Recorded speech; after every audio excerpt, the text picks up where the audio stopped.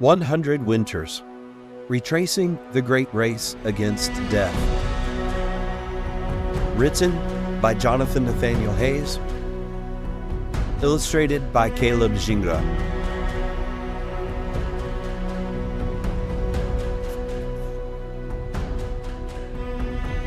Chapter 17. Crossing Norton Sound. The next morning, several villagers gathered to see us off. Across the busy street and onto the sea ice. The dogs were happy to get moving, but my leaders kept breaking for the village at every opportunity. All the people and houses surely meant more affectionate children and warm mush, they thought. "Don't get soft on me now," I said. "Today's the day we face our fear." I talked like this to the dogs a lot. 12 to 16 hours a day on the trail gets lonely if you don't embrace the companionship of the dogs. Soon, we were well out of sight of cabins, and the dogs, undistracted, locked into the day's work. As the village diminished behind me, I thought of Henry Ivanov, a century before me. He hitched his Malamutes and departed Shaktoolik, as I had just done, and prepared himself to make the decision I would soon make. Based on the extremes of the storm a century ago, he would most likely take the coastal route. But he would make that final decision once he reached the bay, some 20 miles distant. But Ivanov ultimately never had to make that choice. Less than a mile out of town, he stopped to break up a dogfight in a storm.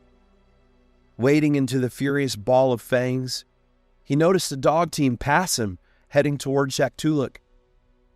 But who would be running such a long string of dogs out in this storm? And those look like Siberian dogs. Of course, Seppala. Ivanov had been warned to keep a watchful eye out for Seppala, who had been dispatched from Nome before the change in plans to turn the entirety of the serum run into a relay. By the time all of this processed in Ivanov's mind, Seppala had passed him. In Sepp's mind, the mission he was on was too urgent to stop and help a local musher with a Malamute dogfight. "Stop! Serum! I have the serum here!" Seppala heard Ivanov yell over the roar of the wind behind him. And so, here, Malamutes tangled in a fight and Siberians flashing past, in this storm-lashed corridor of ice, the serum changed hands in the open wild. Thankfully, I was dealing with no fights today. My team was working consistently, if not inspired. By this time, I'd come to realize that 3/4 of them were doing 95% of the work. The other 4 were along for the ride, unless something excited them. That was a failure on my part. In choosing the 16 dogs to make up the team, I'd ranked all 22 dogs in my kennel by performance. Choosing the 6 to leave behind was really difficult. As 3-time Iditarod champ Mitch Seavey once told me, races are won or lost by the dogs you leave at home. You can't let emotional attachments cloud your judgment. It hadn't been emotional favoritism that clouded my decision, but I had still compromised. I left behind a couple strong, big males, honest workers. Instead, I brought younger females I hoped would become integral to the future of the Seppala breed. I imagined folks someday saying, "This dog is the granddaughter of one of the Centennial Expedition dogs." And I favored intact dogs over those who would never contribute to the breed's future. A rational thought, but unsound reasoning. "You'd better make lots of beautiful pups when we get home," I said, half joking, "because Chubbs would have worked harder in your position. I'll have to apologize for leaving him behind when we get home." Every dog pulled their weight and earned their place on the team, but a handful were giving me only perhaps 60% effort. That only increased the load of the honest dogs like Kuna and Jester, who pulled with every ounce of their being at all times. After a few hours, we reached Island Point. It seemed a small but steep island at this time of year, though in reality it was connected to the mainland by a stretch of snow-covered sand. Atop the point stood a shelter cabin, like a little lighthouse watching over the cruel sea that surrounded it. I could see the point and cabin from miles away. My teammates' snow machines on the steep hillside glistened in the bright sunlight. They were waiting there for me to make the call.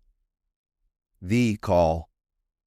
To risk the lives of my dogs and teammates by crossing the Sound, as Seppala did 100 years earlier, or add a full day by tracking to safer shore-fast ice along the bay.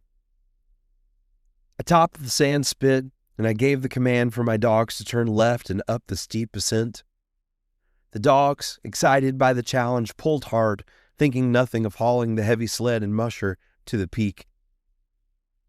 After snacking, they curled up for a nap, well accustomed by now to our expedition rhythm. The wind howled, so I stepped inside and exchanged snacks with my teammates.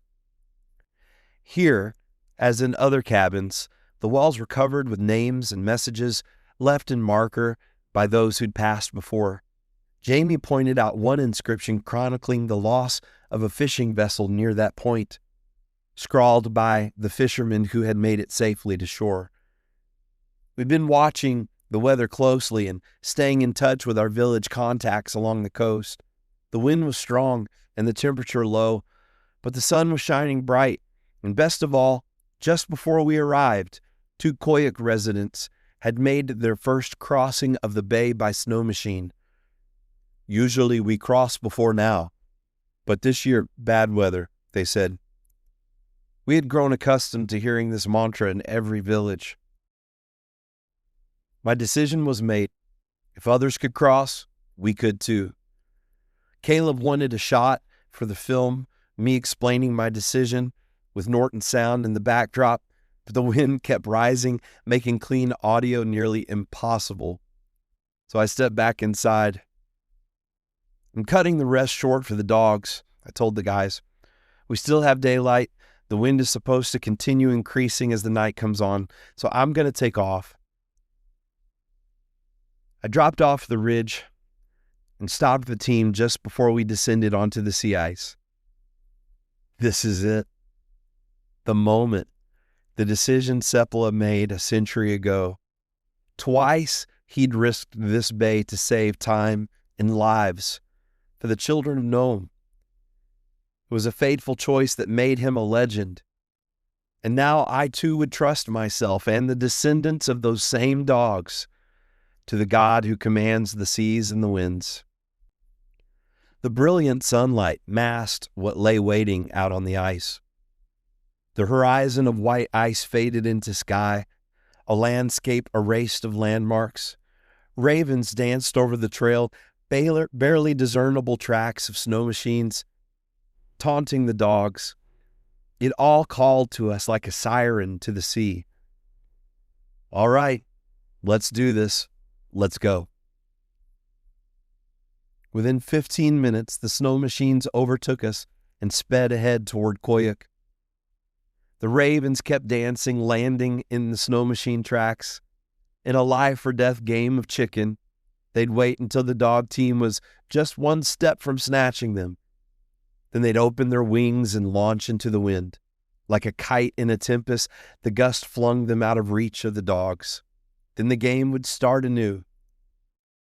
The dogs were inspired by the game, and I took it as a good omen. Some say ravens are bad luck, but I was reminded of a story that Leonard Seppala once told. A raven had once sparked his team to their first racing victory. On the final stretch of his race, with a team flagging, a raven appeared and began playing with his leaders, just like these two were now. That cat and mouse chase had propelled him to a first-place win, and I believed that these ravens were here to inspire my team across the bay in the same way. Then suddenly and without warning, the team veered off the trail hard left toward open water.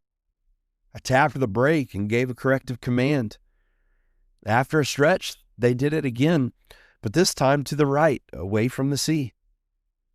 I knew that energy.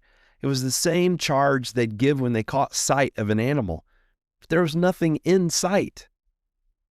The third time it happened, I caught it. They took off like a rocket, and I finally saw the cause. I shouted, "Ha, ha!" and got them back on track just before they dove over a seal hole. Later, a fourth seal hole confirmed it. Despite being generations removed from true Arctic life, my dogs were convinced they were on a seal hunt. By scent, they were trying to guide me to a kill. The light faded. The winds rose, both so gradually I hadn't noticed until I found myself enveloped in a gale force blackness. My headlamp couldn't cut through the grit, ice, snow, and sand all pelting my face. Not that it mattered, even if the light could have lit the way. I couldn't stand upright to look directly into the blast long enough to see anything clearly. The wind took any attempt on my part to stand upright as an insult, and Jack Frost would knock me over and catch me and the sled like a sail, dragging us toward the sea. This was it, the coast, the wind, the ice. That which I had feared the most has come upon me. Any trace of the trail had been obliterated, so I pulled my wolf and wolverine fur ruff close around my face, and I took quick, squinting glances at my team. What I saw stunned me. The team in front of me wasn't the same team I'd known, the one with its stars and its slackers. No, every single dog was marching proud and strong into the storm, like Vikings charging into a raging sea in an open ship. "Jonathan, don't say a word. You don't want to mess this up," I told myself. They had never seen anything like this. The gale, the wind, the ice, the sea, and yet they came alive, as if to say, "Listen, you naked tropical monkey. This is our home. We belong here. We thrive here. Right now, in this moment, you are the weakest link." And so I was. So I stood silent, leaning into the wind, hunching over my sled, stealing glimpses of the beautiful team before me. A team any musher would be proud of. I had no idea where we were headed. Were we still on course for Koyuk? Or marching out to sea? I had no choice but to trust the dogs. Even Druid, my one-eyed leader. Our eyes weren't doing much good out here anyway. Something else had to guide us. Then I caught it, like a lighthouse on an eastern seaboard. Koyuk, revolving beacon, pierced the storm, and my leaders were heading straight for it. We were moving fast. Every dog was giving everything they had without a word of encouragement from me. Just as we reached the shore, I saw the distinct aftermarket headlights of Jamie's snow machine coming out to guide us to the night's encampment. We had made it. Not on a sunny day, not with calm winds, but in frigid, blistering conditions when only a few had dared to tempt it before us. The locals told us the wind chill in the ground blizzard my team had just marched through was minus 60 degrees Fahrenheit. I was proud. Looking back now, I am happy I did not know the worst was yet to come, and this crossing would pale in comparison of what waited for us between here and Nome.